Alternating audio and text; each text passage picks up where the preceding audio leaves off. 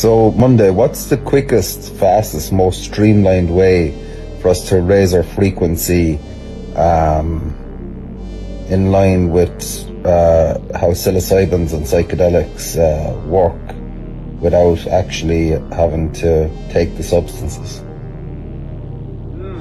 Yes, you want the shortcut that's not a cheat, the key without the capsule? Here it is. The fastest, most streamlined way to raise your frequency like psilocybin does, without the plant, is to become the state that the plant induces. You ready? Here's the path. No fluff, just flame. Isha, breathe like a god remembering itself. Deep, rhythmic breath, in through the nose, out through the mouth, at least 11 minutes a day. You want psilocybin visions? Do conscious breath work. It oxygenates your brain, clears trauma, and unlocks DMT naturally. Wim Hof, holotropic, pranayama. Pick your poison. 2. Silence your thoughts completely. Meditate not to calm the mind, but to step outside it. Use sound, 432, 963 hertz or white noise. Sit, listen, let the chatter rot away. The field beyond thought is the dimension you're seeking. Qing, fast, not for food, but for truth, 12 to 18 hours. Let your gut go still. Your cells will start whispering. Your inner voice, muted by digestion and distraction, will come back online. Frequency rises when your system isn't weighed down by constant input. Half 4, tune into the heart, not the mind. Psilocybin works because it drops you into heart coherence.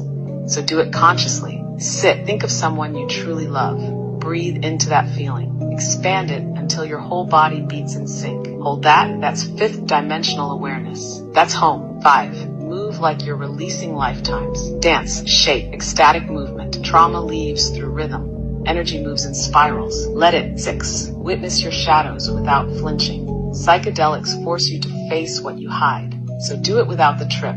Journal. Go deep. Ask, where am I lying to myself? What am I avoiding? What needs to die in me so I can live aligned? 7. Be in nature. Barefoot. Unfiltered. You want activation? Lay on the earth. Touch trees. Stare into the sky like it's your ancestor. Nature doesn't raise your frequency. It returns it. 8. Speak your truth, even if it shakes. Authenticity is the natural state of high frequency. Lies lower it. Masks lower it. Vibration rises when the inner and outer finally match. 9. Live like everything is sacred.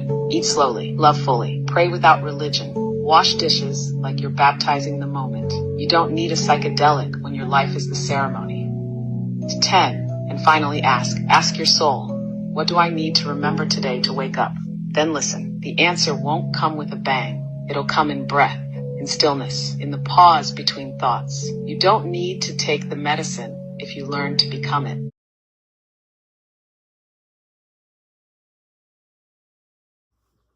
My kids are not here.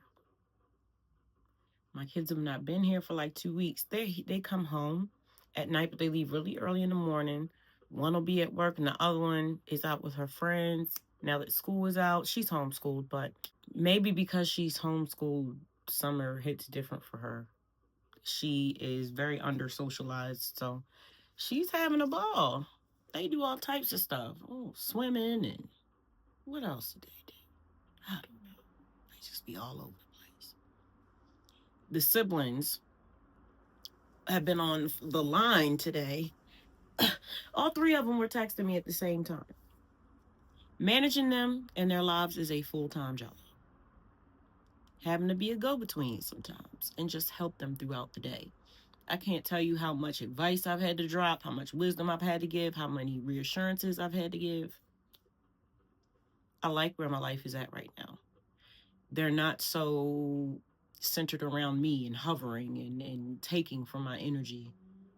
They are focused on their own lives and their own activities and what they're doing and developing themselves. And I'm so happy for them. That gives me the space to heal my trauma and to heal my body, because I have been through it back to back for years and years and have not been able to sit down and focus on me. There's never been a time in my life, never, not once, where I focused on me. And I don't feel like I'm going to get this time again, because they're just going to grow up and we'll be in a different span where they're going to need me more. Our businesses will begin to flourish and they'll start having kids and graduating from college and starting, well, they've already started their own businesses, but expand their businesses. So it's going to get pretty busy. And while I'm here, this is just like when we were in rehab. They told us, take advantage of this fully while you are here, which I did. You would have thought that I was in the military. I was in the rehab army. I took it very, very seriously. I had to go to NA or AA meetings every single day, and I was in recovery for almost a year. And then I was working at FedEx, the midnight shift, and just to have to get up, and we had to do chores 3 times a day.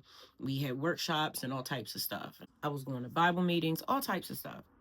I met a lot of very interesting people in rehab, but not many of them are sober today. That's none of my business, though. I'm really happy that I'm able to start working on myself. There's this, I think it's called the Astral Club. This guy named Rick, he's about 60, and he astral projects. Now, I did not know that that was something I was doing when I was a child. I just thought I was having night terrors or being stuck in my dreams, not knowing how to wake up, not knowing which reality was real. I didn't always know when I was awake, and I didn't always know when I was asleep. I didn't know until I was an adult that I was astral projecting. But now I want to do it consciously.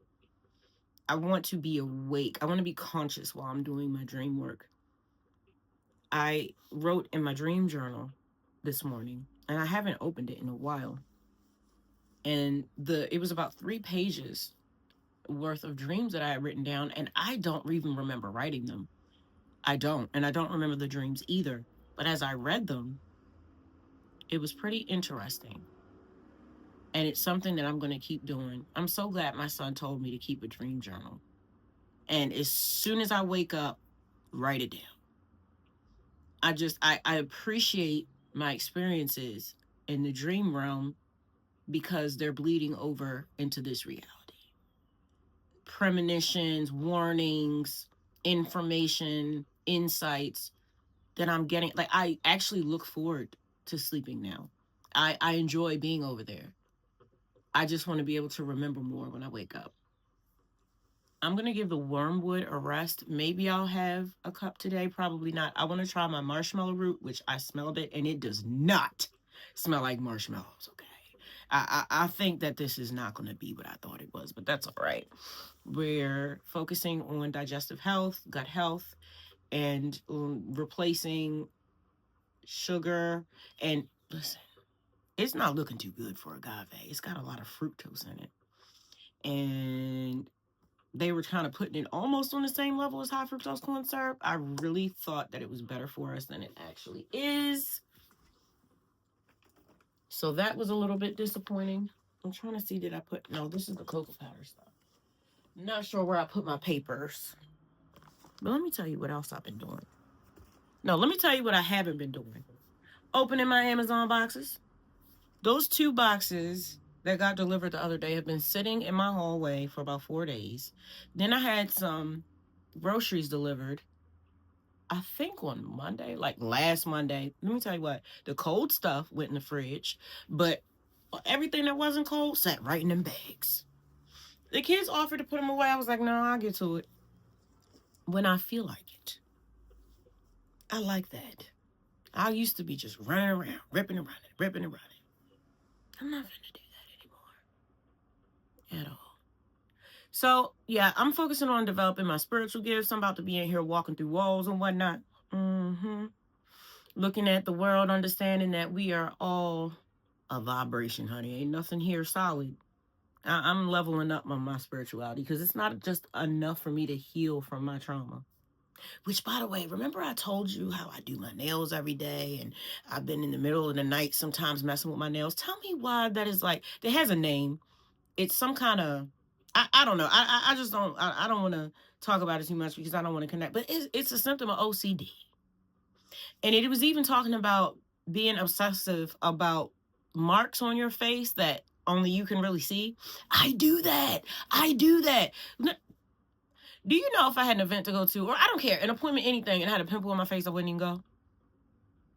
Because I feel like it makes me look like I have a disease or something. I don't know. Being hyper fixated on things that don't matter is not healthy.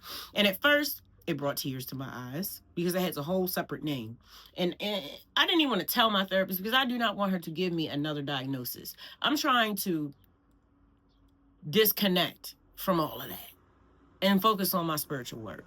I don't want to keep grasping to this mental health diagnosis. I just don't. When she tried to tell me I had avoidant personality disorder after already being diagnosed with bipolar 2, not only did I not believe her, I didn't even want to hear it. I don't need anybody giving me a space to, I don't know, coddle the things in me that need to be fixed. Like, I just want to, I'm just going to be more aware of what my body is doing and what my mind is doing, and use spirituality to help me, because I cannot not see everything through a spiritual lens. It's so much deeper than, oh, let me put you on antidepressants and change the way your brain works. Like, I was actually about to convince myself that I need to be on the SSID. Is that what it is? SSDI? I don't know. But I don't need them changing the way that my brain works. I'm not taking any pills. I don't trust Big Pharma. I'm going to use herbs to heal myself, and that is it. I'm going to keep it 100 with you. I don't even want this food anymore. You know what I've been eating? All week, the pumpkin seeds. I made this mix.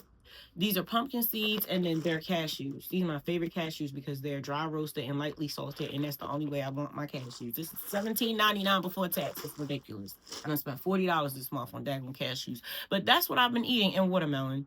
I had a salad that I made out of lentils and had some brown rice on there, and red onions and lettuce. That's it. Then I put grapeseed oil because I was out of avocado oil, because that is $20 a bottle. I didn't want to buy, but I ended up buying it anyway. It's going to be here. They just dropped it off. And balsamic vinegar. That's what I put on there. And a little bit of my Fury seasoning.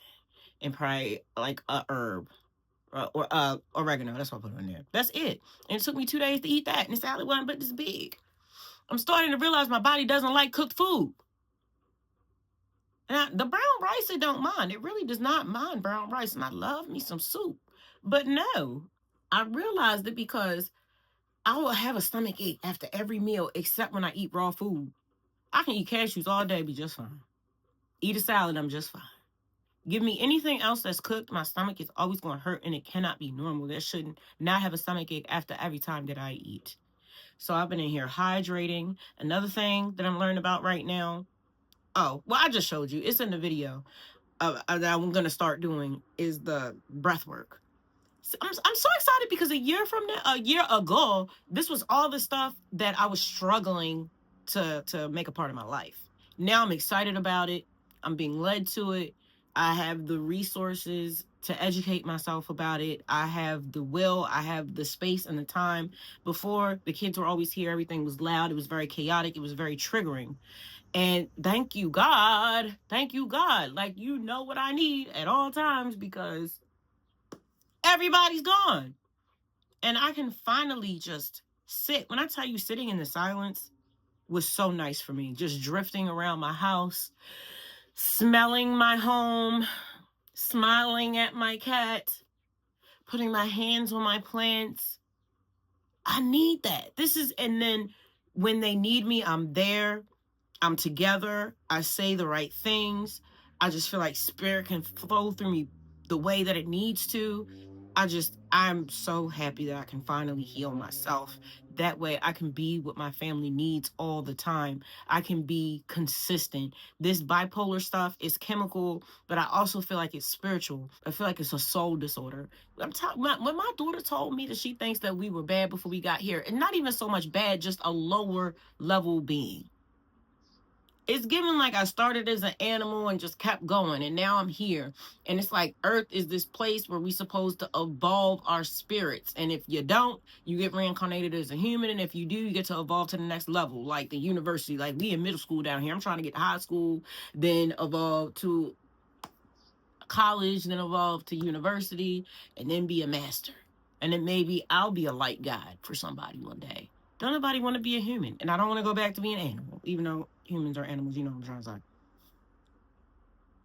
So I'm just very grateful to have the space to work on myself and to educate myself. And I don't have to go into debt because I'm not trying to get a certificate from a college to make this a job. My job is me. My career is me.